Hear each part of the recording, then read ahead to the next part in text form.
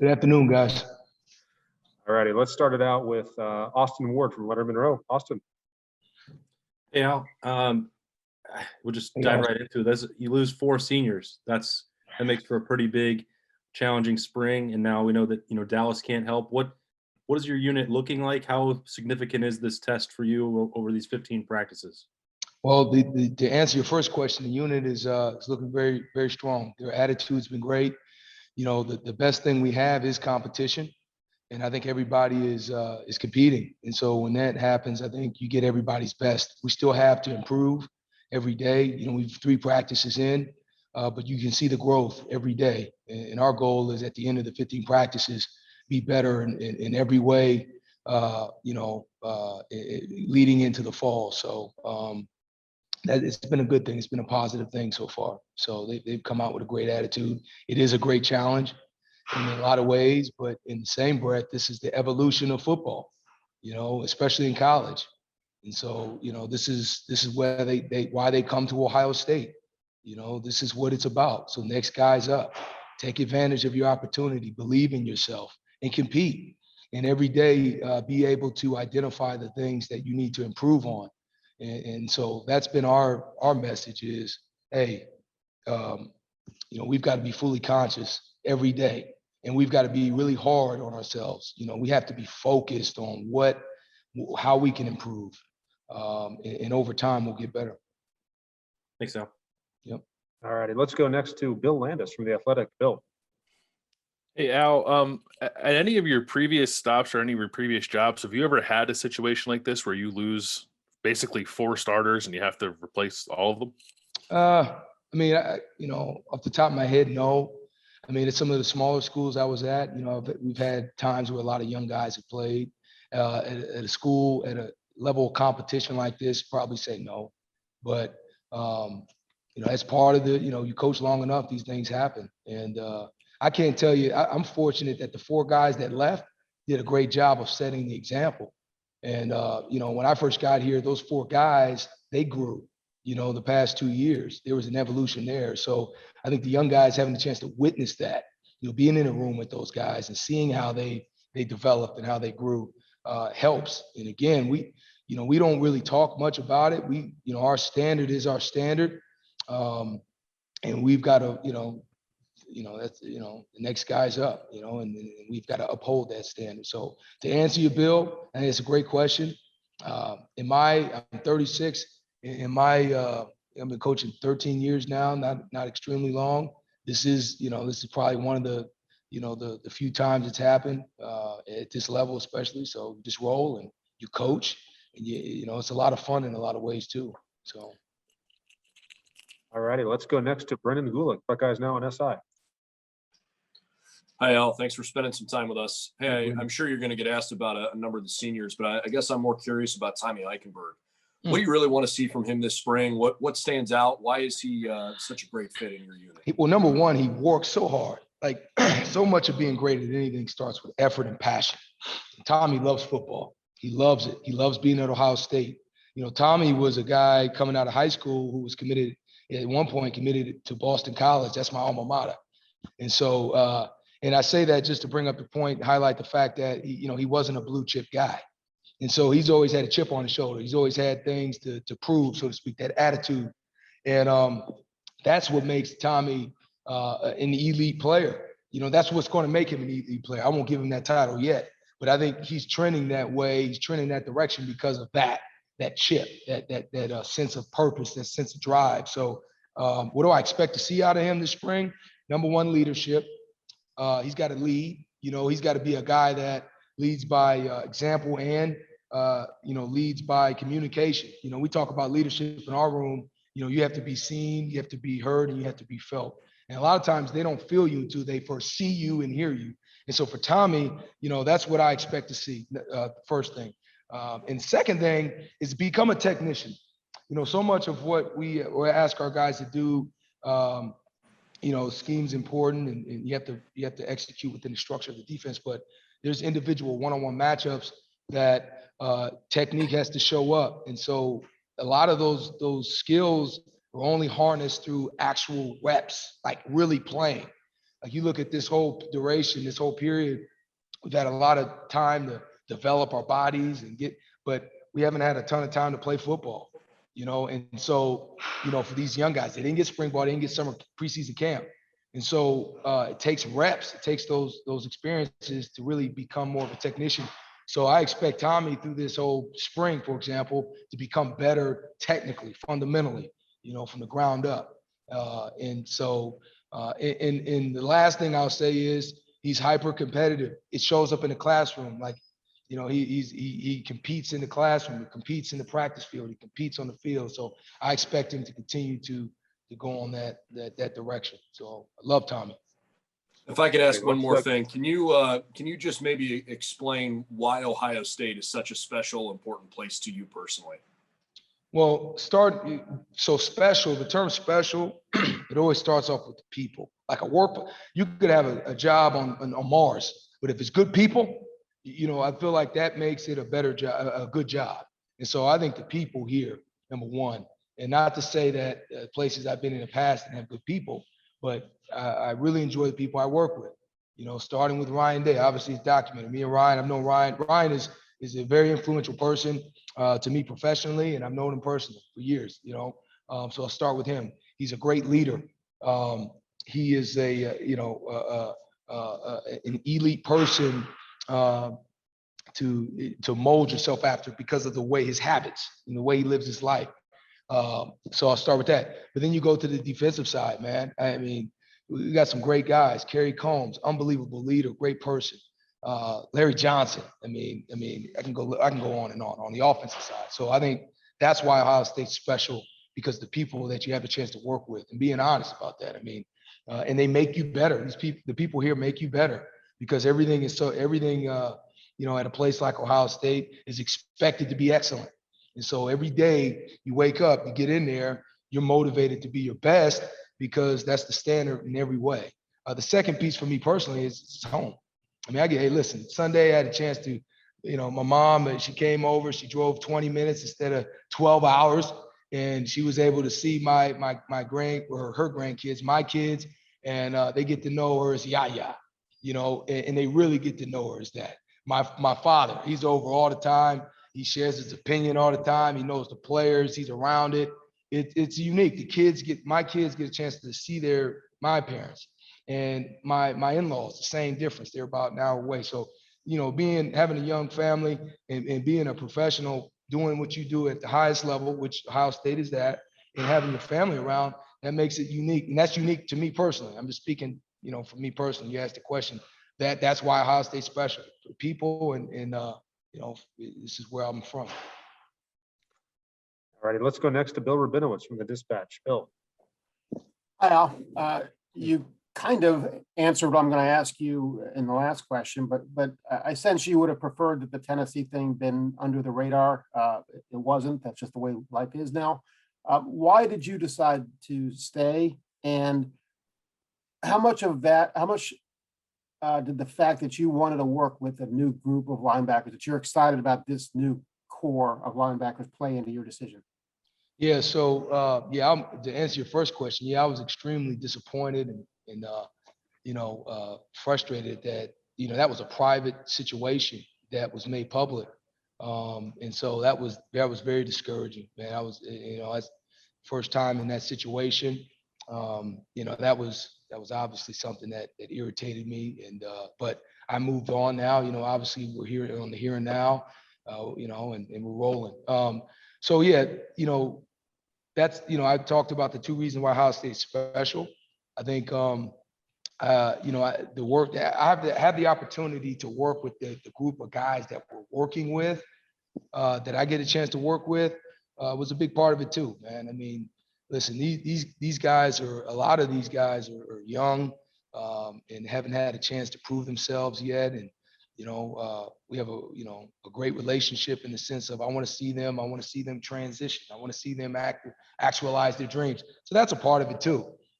We all love the coach, like coaches love to develop, that's why you're in college. Like you love to see where a guy starts at point A, and you love to see what it looks like to B, and then you love to see what it looks like at C.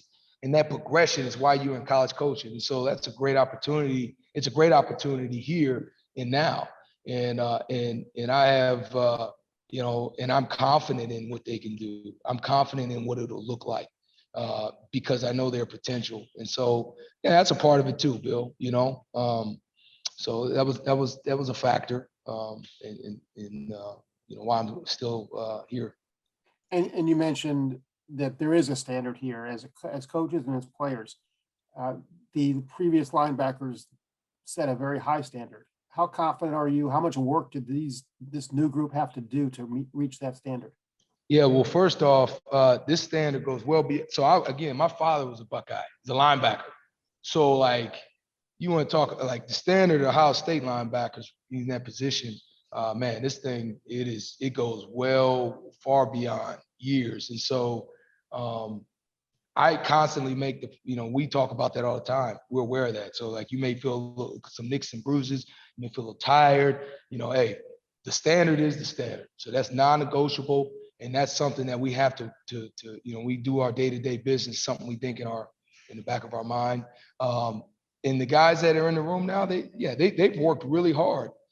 They've taken advantage of their gaps in time to earn, that position, that standard, being a linebacker. But they have to continue to do it. It's a day-to-day thing. They got to do it tomorrow. Yesterday was our first day in pads. We saw some really good things, but we got to see better every day. It's a daily thing. So I think to answer your question, Bill, they do have work to do. They do have to continue to take advantage of the time that they have to get better and to uphold that standard. And so, and that would be what hopefully they would say to you if you would ask them that question as well. So. Thanks, Al. Yeah. All right. We got a bunch of hands raised still, so let's just keep it to one question. Let's go to Dan Hope, 11 Warriors.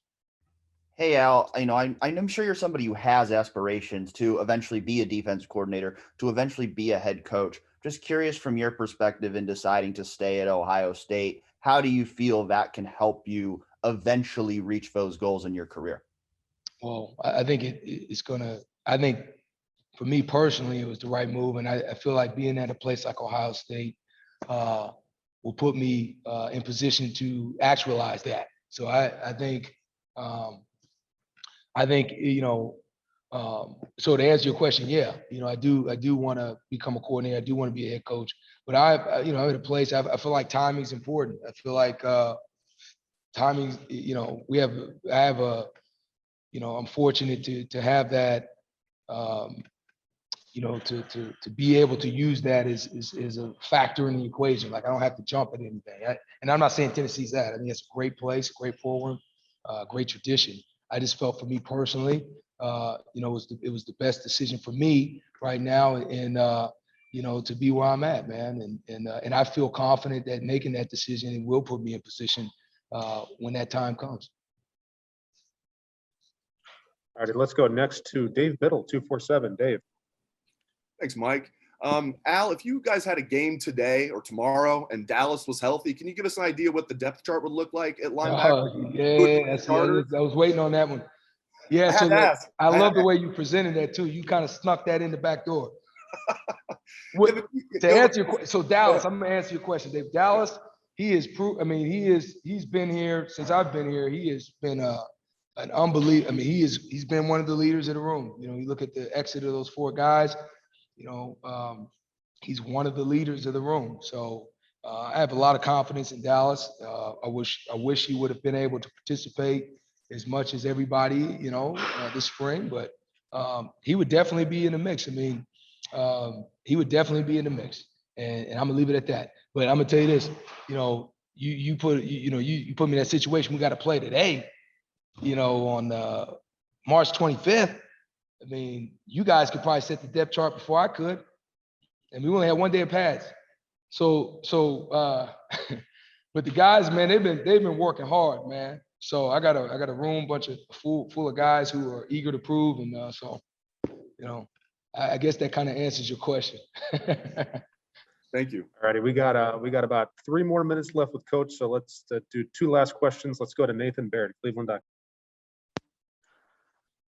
So kind of piggybacking off that, the last 2 years you've had two very kind of different guys in some ways at Sam between Pete and Barron. Just kind of curious what you see as sort of the future of that position. How are you trying to assess right now who the next guy is that goes for the skill set needed at that spot? Well, that's a great question, Nathan. And if you think about our defense a year ago or 2 years ago, right? Think about that guy. That guy first year was Pete Warner. Right? So Pete was a guy that he had some coverage skill and was able to really impact the defense in that way. Then you got Barron, who was a really dynamic rusher this past year, So that position is, whatever skill set that guy has, you play to that. So that's one that you can kind of mold around the player. And so as things go in the spring, we'll have a better idea of that. So. All righty, and final question for Coach. We'll go to Dan Hope, 11 Warriors. I'm good. I already had questions, so I'll pass to someone else. All righty, we'll pass it off to Joey Kaufman, Columbus Dispatch. Al, just for Dallas at all, how does him not being able to practice or be available for spring practice impact his development, or has he kind of been around long enough where you expect he'll be okay? No, I don't think anybody's in that. Nobody's in that category. It's just nobody can be. Everybody. I don't care if you're the best of the best. You need reps. You need to participate. So it's not good that he's not able to. We'll put it in a good category. And I do think he could have benefited from having had these practices. Just like he would have benefited from spring ball last year in preseason camp. So I think. But in the same breath, there's still ways to get better. And he has, mentally and visualizing what you're doing and understanding what we're asking guys to do at a deeper level, leading. There's other things you can do to help. But yeah, I mean, you wish Dallas would have had an opportunity for sure. So, but I don't think it's damaging. I don't think it's like, it's just something that you have to overcome and you have to find a way despite that. All righty, Coach. Thank you very much for your time. Can I sneak in one thing about Cody Simon and Mitchell Melton going into year 2? Sure. Yep. Yeah. So you want me to Cody Simon and Mitchell Melton, man? Those are two young, just young studs, man. They handle themselves like pros, And again, you want to talk about being a freshman when you got, you come in the room, and you see Tuff Borland sit down and open up his notebook. He's got copious notes, and you look at a guy like that, and he's very serious, very focused about his work. They were impacted by that. They were impacted by Justin Hilliard's resolve. They were impacted by Pete Warner, his toughness, on a daily basis.